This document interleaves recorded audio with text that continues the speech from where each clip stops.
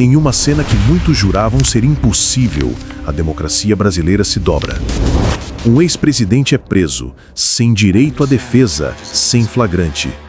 O que você está prestes a ver não é a história de uma prisão, mas o que acontece quando a justiça se torna arma. Esta é a história de um homem julgado por um crime que não existe. E você está prestes a ver a farsa que foi montada. A vingança política. O que está acontecendo não é um processo legal, mas uma vingança política disfarçada de julgamento. Quando o ex-presidente Bolsonaro é alvo desse processo, não é apenas ele quem está sendo atacado, mas toda uma ideologia que ameaça o poder estabelecido. Esse julgamento vai além de um caso jurídico, é uma batalha política, travada nas sombras do poder. Para muitos, esse processo é apenas um pretexto para destruir não só Bolsonaro, mas também o movimento que ele representa, o bolsonarismo. Ele não é apenas um nome, mas uma ideia que questiona as elites de esquerda no Brasil.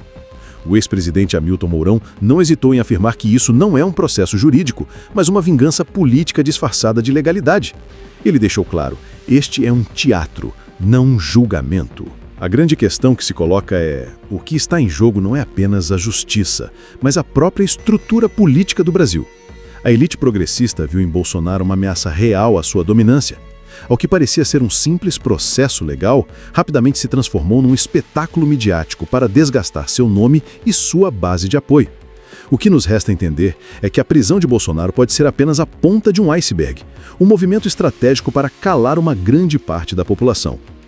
A trama inventada. Agora vamos examinar a acusação de que Bolsonaro teria orquestrado um golpe em 8 de janeiro.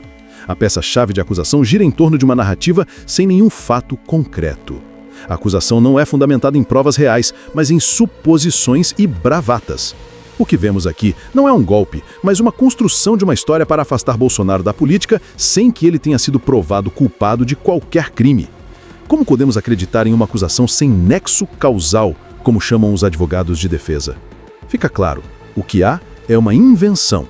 A narrativa criada é uma fantasia montada por aqueles que têm interesse em mantê-lo fora de cena.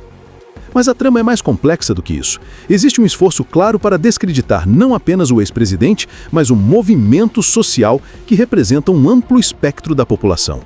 De acordo com especialistas, esse processo é uma farsa montada para enfraquecer o movimento que questiona o status quo das elites. A narrativa do golpe de 8 de janeiro parece mais um jogo de manipulação da opinião pública com o objetivo de transformar algo que foi uma ação democrática em um ato de traição. E o mais alarmante, essa acusação foi aceita como verdade sem a devida investigação de quem realmente orquestrou os eventos: o juiz e o acusador. É impossível ignorar o papel de Alexandre de Moraes, ministro do Supremo Tribunal Federal. Ele é, de fato, o juiz que vai decidir o destino de Bolsonaro, mas também é o acusador e até mesmo a vítima nessa história. Sua atuação como juiz, enquanto também faz parte do movimento de desgaste político, levanta sérias dúvidas sobre a imparcialidade do processo. A acusação que se forma aqui é que Moraes tem agido de maneira política, criando uma milícia judicial para atacar adversários políticos. Já existe uma alegação forte de que o ministro tem usado seu poder para perseguir figuras da oposição. É importante também considerar os elementos de conflito de interesse envolvidos. O ex-assessor de Moraes trouxe à tona algo alarmante: a existência de um gabinete paralelo.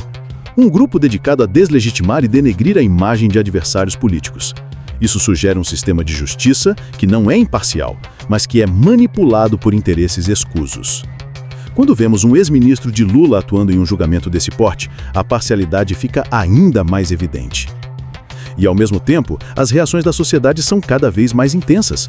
Organizações internacionais começam a levantar a voz sobre o que consideram uma violação dos direitos humanos. Pedidos de sanções internacionais já estão sendo feitos, baseados na Lei Magnitsky, que busca responsabilizar aqueles que violam direitos fundamentais. O que temos aqui é um confronto direto entre o sistema de justiça e a sociedade civil que questiona sua legitimidade. O precedente perigoso. O legado desse julgamento vai muito além de uma simples condenação de um ex-presidente. Se a justiça pode ser manipulada para destruir um homem, o que nos impede de acreditar que isso possa ser repetido com qualquer outro? A condenação de Bolsonaro sem provas concretas, sem crime definido e sem um julgamento justo é um perigo para todos nós. O que se constrói aqui é um precedente extremamente perigoso para a democracia brasileira. Se hoje a vítima é Bolsonaro, amanhã pode ser qualquer um de nós. Essa inquisição moderna, como muitos têm chamado, não é apenas um ataque a uma pessoa, mas uma ameaça direta à liberdade de expressão e ao direito de oposição política. Quando o sistema de justiça se torna uma ferramenta de poder, em vez de ser um árbitro neutro, estamos diante de um risco real de autoritarismo. A condenação sem provas é apenas o primeiro passo para algo muito maior. Se esse precedente for estabelecido, os próximos podem ser julgados sem direito à defesa, sem direito a um julgamento justo. Agora, eu quero saber de você. O que você acha sobre esse processo? A justiça brasileira realmente funcionou aqui ou foi uma farsa montada para silenciar uma parte da população? Deixe sua opinião nos comentários, compartilhe esse vídeo com seus amigos e não se esqueça de se inscrever no canal para mais conteúdos como esse. A luta pela verdade e pela justiça não acabou.